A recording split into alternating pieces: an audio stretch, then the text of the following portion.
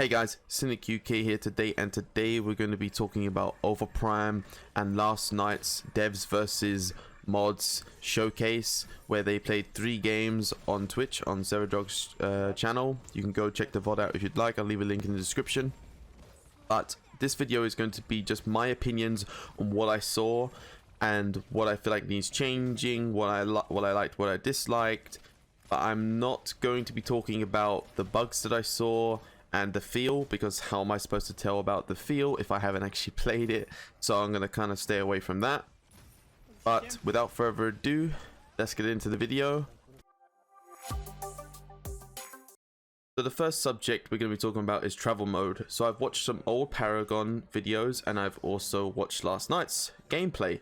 I will show some clips on screen now where I feel like the travel mode is kind of abusable and, in my opinion, annoying from another player's perspective that's trying to kill this player.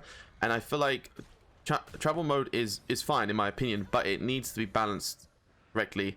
And I think Overprime's travel mode right now is not in a good spot in terms of balance, and I feel like it would be very frustrating to deal with.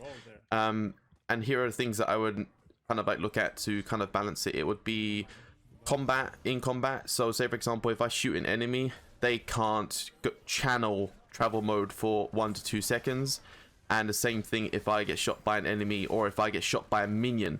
So there was an example last night where a phase was carrying a prime buff, which is an insane objective which can literally win you the game. Run it down and just run through minions, run through enemies, and just run through in travel mode. And I find that to be really obnoxious, and I feel like minions or any sort of combat should take you out of travel mode and also not allow you to channel it. Again, that's just my opinion, but I feel like it's going to be very frustrating if it is released in its current state, and in my opinion it's very abusable. So let's switch it up and talk about a positive, and that is Scud. I really like what Overprime have done with his kit. Obviously I'm a big Murdoch player from Fault and Predecessor, and I really like what Overprime have done. I like his kit, I like the micro missiles, I like the noob tube, I like how the ultimate works. I have a slight issue with the ultimate from a range perspective, and I also like the shotgun knockback, but I do think that the shotgun knockback is kind of not necessarily a meme, but it says that it knocks them back, but I don't ever see anybody being knocked back unless they were in the air originally when he knocked them up. So say for example, there are a few clips where he would R&B the Muriel who was running towards him and she would just stop. So it was like a halt almost, not necessarily a knockback. But when he R&B'd a Gideon that was ulting him in the sky, when he fell down, he got launched flying. So I don't know whether that was a bug or whether that was actually intended, but it doesn't necessarily knock people back when they're on the floor. So the problem with the ultimate is, I'll show an example here. I like the ultimate for the fact that you can weave it inside autos, like auto ult. Like, it's seamless, it looks so cool. But the problem I have with the ultimate from a long range is the fact that you can't see what you're aiming at. All you can see is the HP bar. So you can't see an outline of the character, and it also doesn't zoom. So it's literally trying to shoot at a needle half a mile away. And that's a bit of an over exaggeration, but that's the best thing I can come up with in my mind. So I like Scud's kit, but I think it needs a little bit of tweaking, in my opinion. So another issue I have, I know I keep talking about issues, but I wanted to specifically focus on the issues more than the things I like, because it will improve the game and make the game more enjoyable for everybody.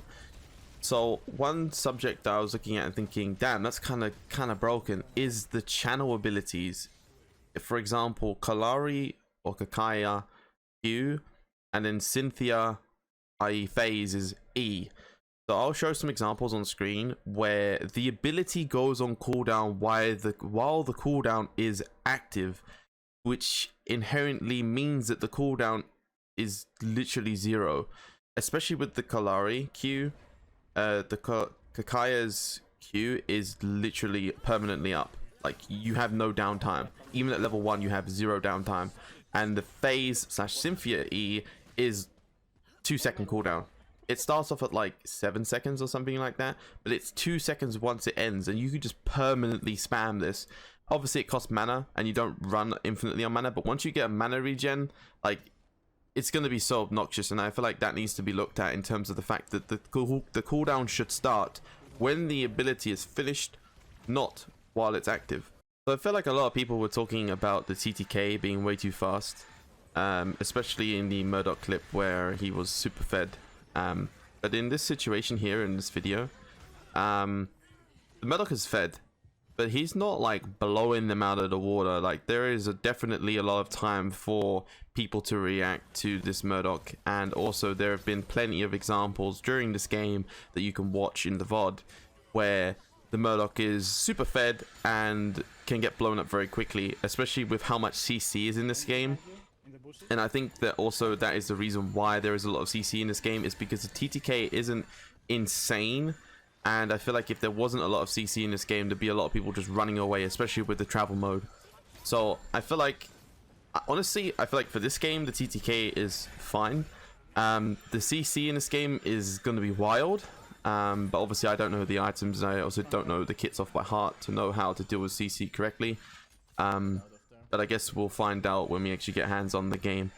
So I wanted to briefly talk about something that I saw a lot of people commenting in Twitch chat, which was deathballing. And honestly, I don't think that deathballing in this game is going to be an issue, apart from in the situation where you do not abuse / use vision correctly, and also do not do things together. So if you're a lone ranger that runs into the jungle early game and tries to ward by yourself on right side, and you just get bombarded by everybody, I guess you could say that's your fault. But then obviously on the other side of the map, your team will get deeper vision and they'll be uncontested, etc, etc. So you have both sides of the jungle warded from their perspective and also your perspective. So I think this is going to be a...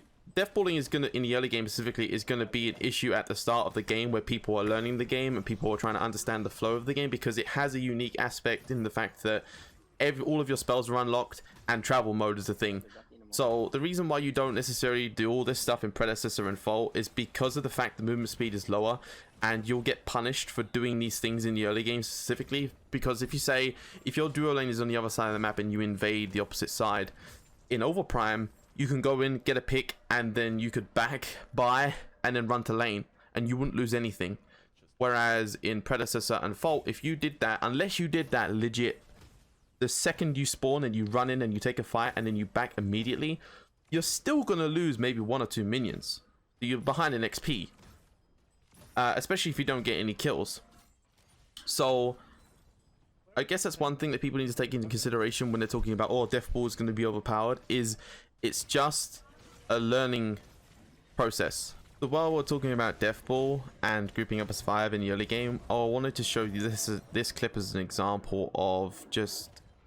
I don't mean to be rude to the people that are playing, but this is just a lack of understanding about what's happening on the map and what's going to happen. So as you can see in this clip, the jungler walks into the jungle and he gets fried, he gets destroyed, and then he says, oh, they're still here, blah blah blah. But the Murdoch and the FaZe's positioning in this situation is really risky because of the fact that there is travel mode. They can just roam to them, kill them, and again, they won't lose anything, they're just gaining. So again, this is positional error from the FaZe and also from the Murdoch. If the Murdoch is going to walk up this far, the FaZe should know, hey, they're on the left side, let me link to you and walk under tower so that if they do come, I can just yoink you away.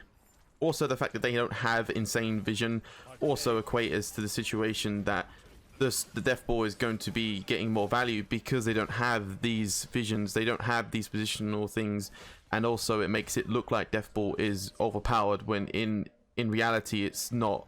So let's briefly talk about the map. I really like the map. I like the way it looks, I like the layout, I like the aesthetics, I like the colors, I actually really enjoy everything that I saw last night. And the fact that he was playing on all high settings, kind of can't imagine what that game will look like on all epic settings. I think it's probably gonna look kind of nuts. There are a few layout issues that I don't agree with in terms of the tier 2s in mid lane, with the staircase on left and right side of the tower. I feel like the tower needs to be brung forward a little bit, or the radius needs to be increased, so that position is a little bit more defendable, rather than allowing whoever's attacking that tower to kind of get a free high ground positioning where they can kind of like zone / control you under that tower, and you can't really use the tower as safety because of the side angles that you would have from that position. And here is the example of what I mean by bringing the tower forward or increasing the radius of the tower to allow for a more defendable position from the low ground.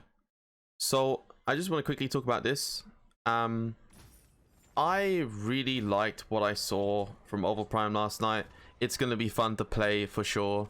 I feel like the balance needs work, obviously, again, without actually seeing like even teams, and obviously playing it myself and seeing like scrims or having competitive players play against each other. It's going to be hard to kind of get a grasp of like what needs balancing or what doesn't. Again, with everyone playing it being new, or these guys not having as much game time, it's kind of hard to tell the balance perspective. And also there are a lot of visual things that I feel like need changing. There's a lot of visual clutter with spells. There's a lot of text spam that I don't think is necessary, especially when it comes to minions. Like if you use your phase E on the minion, like a giant minion wave, it just spams you with slow across your screen. And if you're in the middle of a fight and you get that spammed on your screen, it just creates a lot of clutter. And it also I understand that they want to keep you on the edge of your seat and keep your attention on the game the whole time and not have any sleeper moments, but there comes a time where there's just too much happening in terms of visual clutter that obviously I think with enough community feedback, I feel like they will trim it down and kind of get to that stage. And obviously the camera shake wasn't available to be adjusted. I did feel kind of nauseous at times watching some of the Murdoch gameplay, specifically with all the knockback and shaking and stuff like that. And also there was this random map event that happened once every map where the game was just shaking and making this loud sound. I don't know what that was, probably a volcano or something. But my overall consensus for what I saw is it looks fun. I can't wait to play it. And let me know what you guys think. Let me know if you agree with any of the points I've made. Let me know if you disagree. And also what you would like to see changed or adapted for Overprime. And with that being said, I'm out, my dudes. Have a good rest of your day. Peace.